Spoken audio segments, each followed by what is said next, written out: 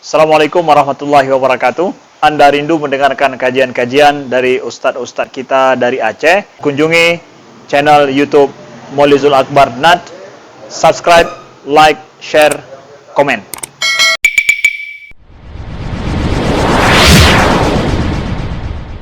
Allahu Akbar.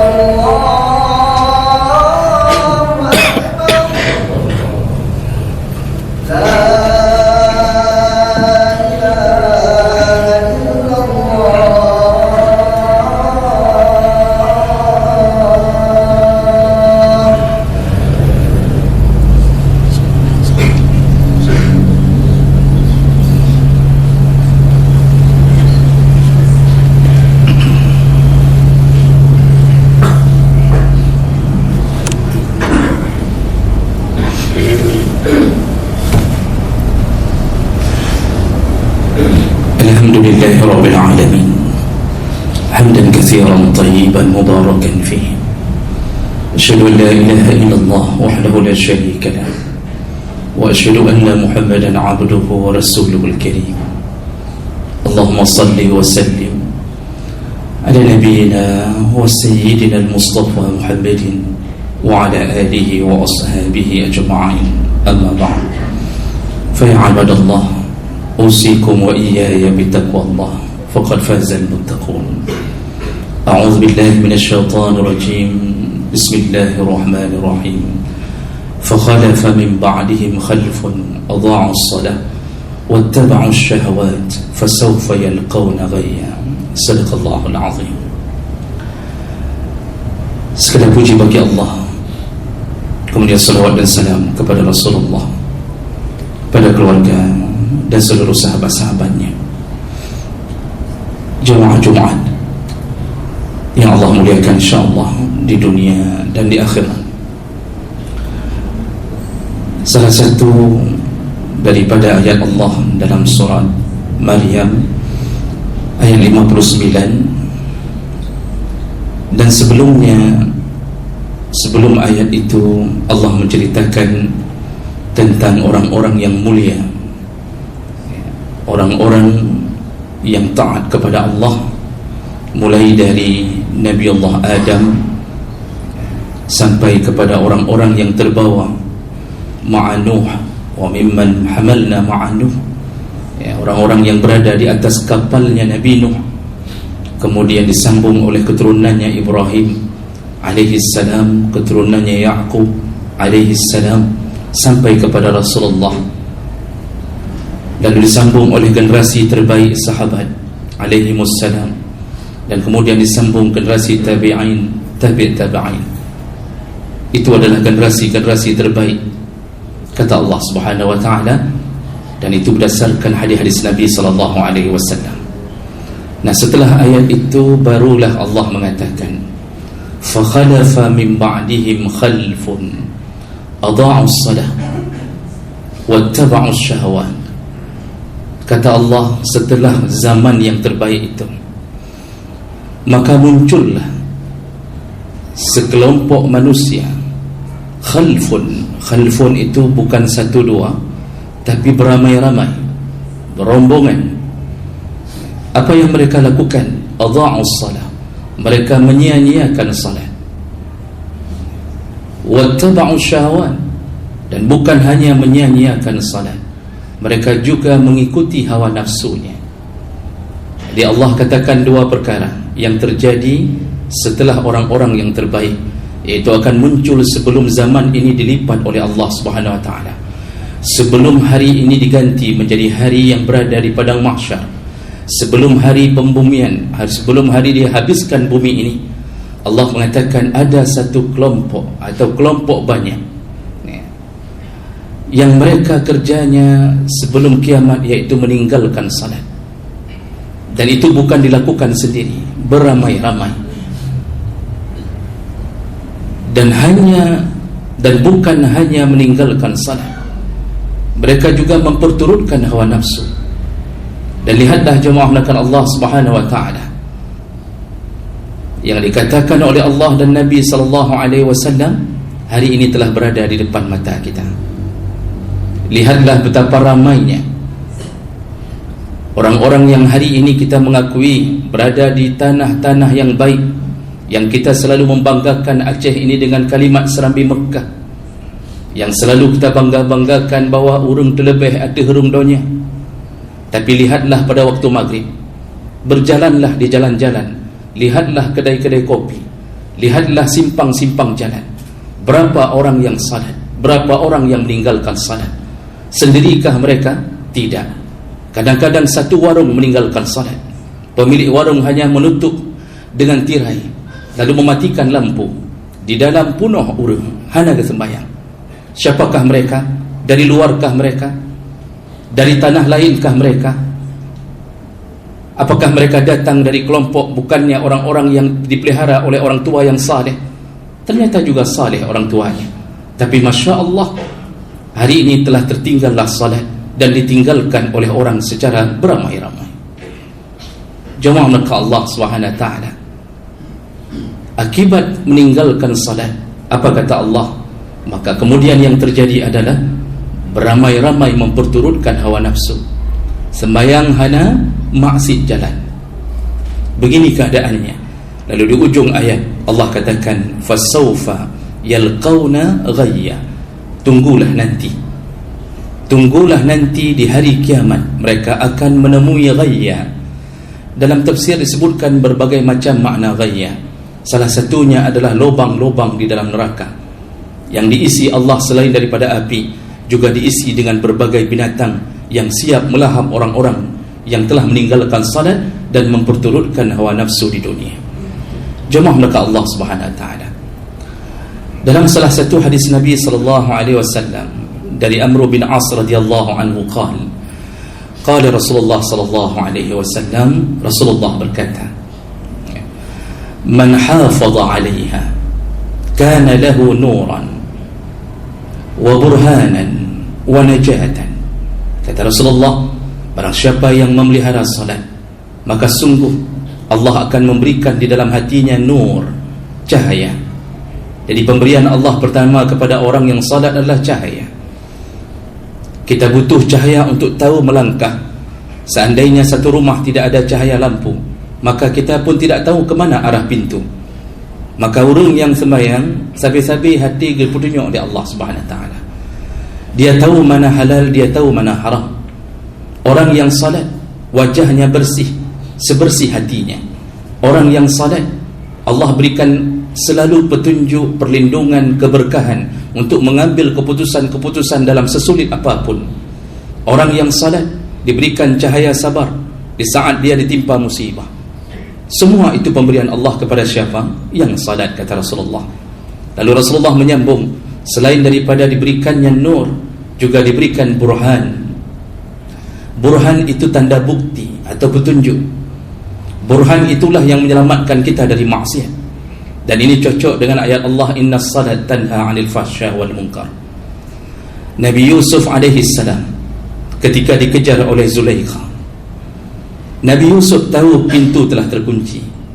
Nabi Yusuf tahu kunci telah disembunyikan oleh Zulaikha. Dan Nabi Yusuf tahu dia berlari ke arah pintu pun sia-sia.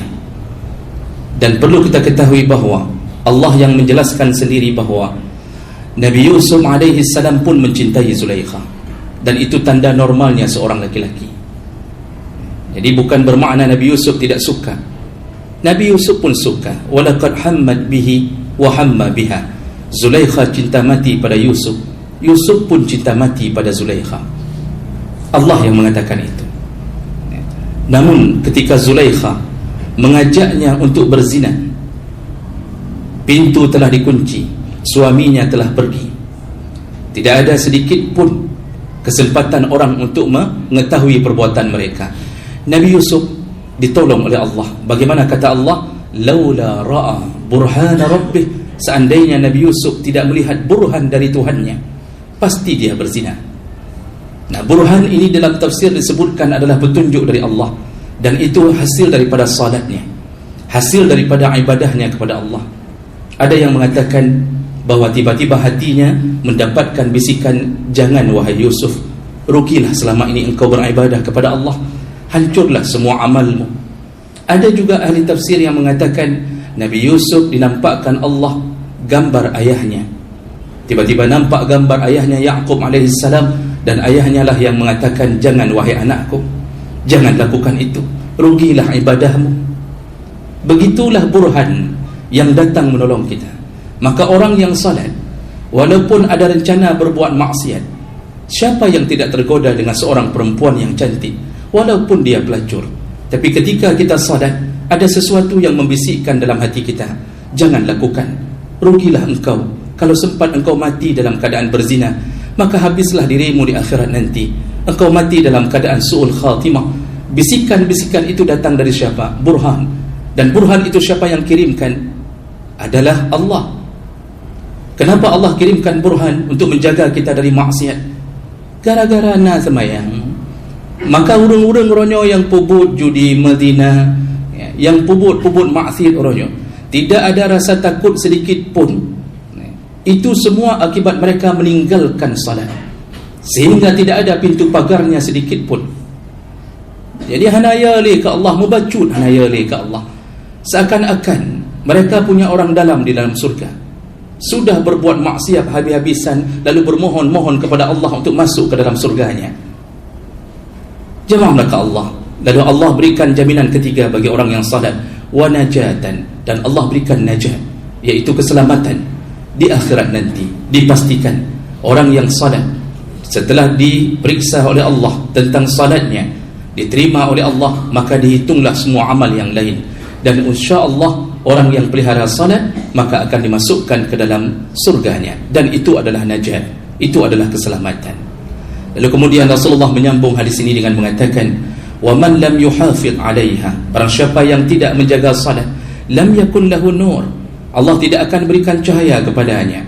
Hatinya gelap, orangnya tidak bijaksana, bingkeng tip-tip uro, ngan perumoh tabi-tabi karu, ngan anak gaduh demampak, tidak ada sedikit pun kebaikan. Orang benci di mana dia berada, orang tidak suka. Dengan tetangga ribut kanan kiri. Seluruh pekerjaannya hanya menghancurkan lingkungan, tidak pernah menjadi pendamai dari sebuah lingkungan. Akibat apa? Hatinya gelap, tidak bercahaya. Wa burhan, Allah juga tidak berikan petunjuk untuk menahan maksiat. Wa najatan, dan juga tidak akan selamat di hari kiamat nanti, kata Allah SWT. Maka jemaah melakukan Allah dicabut oleh orang yang saleh. Mulai dari dunia keselamatan dicabut sampai di akhirat dicabut. Nah, yang paling hebat ketika Nabi mengatakan di ujung hadis, wa kana yaumal qiyamah, orang-orang yang tidak salat nanti waktu hari kiamat, maka dikumpulkan oleh Allah satu neraka bersama siapa? Kata Allah, wa kana yaumal qiyamah ma'a Qarun wa Fir'aun wa Haman wa Ubay bin Khalaf. Hadis riwayat Ahmad bin Hanbal dengan derajat yang hasan. Jemaah maka Allah, Rasulullah mengatakan 4 nama. Rasulullah menyebutkan 4 nama pembesar kafir. Sepanjang sejarah 4 nama ini dikenal, disebut-sebut dalam Al-Quran, walaupun kadang-kadang tidak disebut namanya langsung, tapi turunnya ayat gara-gara mereka. Rasulullah pertama menyebutkan nama Qarun, orang yang tidak salat dikumpulkan bersama Qarun. Tentu menjadi pertanyaan, apa urusannya dengan Qarun? Kenapa orang yang tidak salat dikumpulkan dengan Qarun? Ternyata ahli tafsir hadis menyebutkan bahawa Qarun adalah orang yang lalai dengan hartanya. Qarun orang yang disibukkan dengan membangga-banggakan hartanya, sampai-sampai Allah mengatakan kekayaan Qarun yang melalaikan Qarun, kunci gudangnya saja itu diangkat oleh usbah, diangkat oleh orang-orang yang kuat. Imam Nawawi menjelaskan 40 orang. Ibnu Hajar mengatakan 40 orang yang kuat-kuat itu kalau mengangkat kunci gudangnya Qarun, belum sampai ke gudangnya mereka harus beristirahat berulang-ulang. Terlalu banyaknya anak kunci. Jemaah maka Allah Subhanahu wa taala. Lalu apa hubungannya dengan orang yang meninggalkan salat? Nabi ingin mengatakan salah satu ciri atau penyebab orang meninggalkan salat adalah mereka yang lalai hartanya. Mereka dilalaikan oleh hartanya seperti Qarun, gaduh ngempeng, gaduh pesapat peng sehingga tua ke semayang. Jadi dia disibukkan dengan menghitung-hitung harta sehingga dia tidak pernah nampak di barisan saf-saf salat berjamaah tidak pernah. Orangnya kaya, orangnya punya harta luar biasa, tapi tidak salat. Jumaat pun berani dia tinggalkan. Karena kenapa? Tidak ada waktu. Dia harus pergi ke satu tempat, ke tempat yang lain untuk mengurusi urusan-urusan hartanya. Maka Allah katakan, orang yang tidak salat dikumpulkan pertama dengan Qarun, yang sudah dipastikan di dalam neraka Allah Subhanahu wa taala. Kemudian orang yang kedua, Fir'aun. Nabi sebutkan, Nabi menyebutkan Fir'aun, yaitu mereka yang meninggalkan salat karena disibukkan mengurusi kerajaannya. Fir'aun adalah orang yang sibuk dengan kerajaan. Siang malam dia memikirkan agar dia tidak dilengsarkan. Berbagai cara, berbagai politik dilakukan agar tetap bisa berdiri di atas kerajaannya, walaupun rakyat membencinya. Disibukkan dengan urusan mempertahankan kerajaannya sehingga lupa dengan salatnya. Jemaah mereka Allah, maka kelompok-kelompok ini yang sibuk dengan kerajaan, sibuk dengan istana, sibuk agar urung-urung baik sampo mampu untuk dilansirkan kita, lalu kita mulai meninggalkan salat siang dan malam. Tunggulah, dikumpulkan Allah bersama Fir'aun. Lalu kemudian orang ketiga yang disebutkan Nabi, yaitu Haman. Siapa Haman? Kita tahu dalam sejarah, Haman yaitu menteri atau perdana menterinya Fir'aun, dan ini adalah orang kepercayaannya Fir'aun. Lalu kenapa orang yang tidak salat dikumpulkan bersama Haman dalam neraka? Karena orang yang tidak salat, salah satu penyebabnya adalah disibukkan untuk mempertahankan kekuasaan. Kalau Fir'aun mempertahankan kerajaan yang sudah ada, orang-orang yang berbentuk sifat Haman, dia akan mempertahankan kekuasaannya. Jadi sibuk dengan cara supaya kuasanya tetap langgeng. Maka janganlah kita sampai hari ini disibukkan dengan urusan politik. Janganlah kita disibukkan dengan urusan partai sehingga kita berani meninggalkan salat di depan Allah Subhanahu wa taala. Maka nanti dipastikan kita satu neraka dengan Haman. Dan yang terakhir, Nabi menyebutkan nama Ubay bin Khalaf. Siapa Ubay bin Khalaf? Kalau kita baca sejarah, Ubay bin Khalaf adalah pembesar Quraisy, orang kaya, pekerjaannya berdagang, dan dia satu-satunya manusia di bumi ini yang pernah dibunuh oleh Rasulullah sallallahu alaihi wasallam. Rasulullah tidak pernah membunuh satu pun dari kafir. Dalam perang apapun selalu sahabat yang maju di depan untuk membunuh. Tapi Ubay bin Khalaf dibunuh langsung oleh Rasulullah sallallahu alaihi wasallam dengan melesatkan tombak dan terkena sedikit kulit di lehernya, dan dia mati dalam luka itu. Satu-satunya manusia yang pernah dibunuh oleh Rasulullah adalah Ubay bin Khalaf.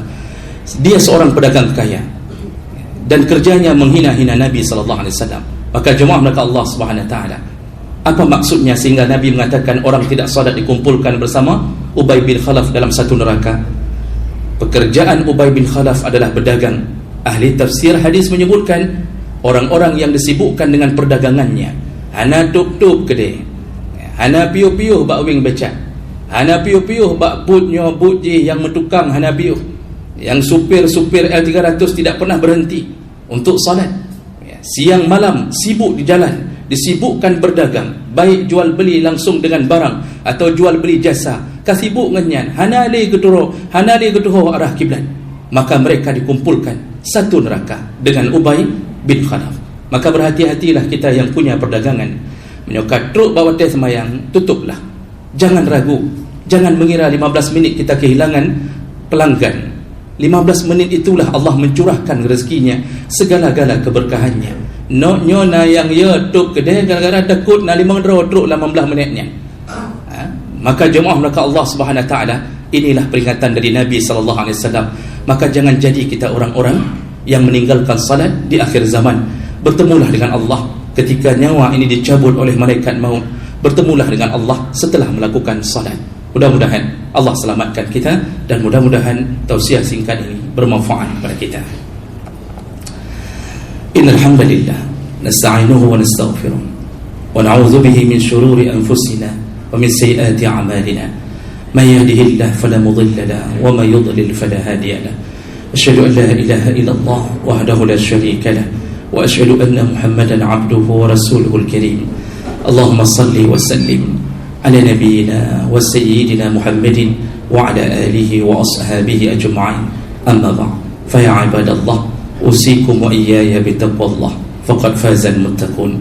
أعوذ بالله من الشيطان الرجيم. بسم الله الرحمن الرحيم. فخلف من بعدهم خلف أضاعوا الصلاة واتبعوا الشهوات فسوف يلقون غيا.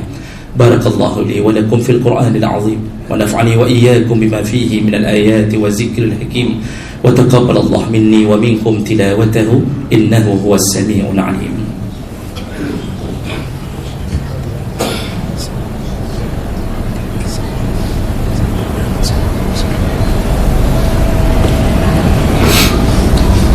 الحمد لله رب العالمين وبه نستعين على أمور الدنيا والدين.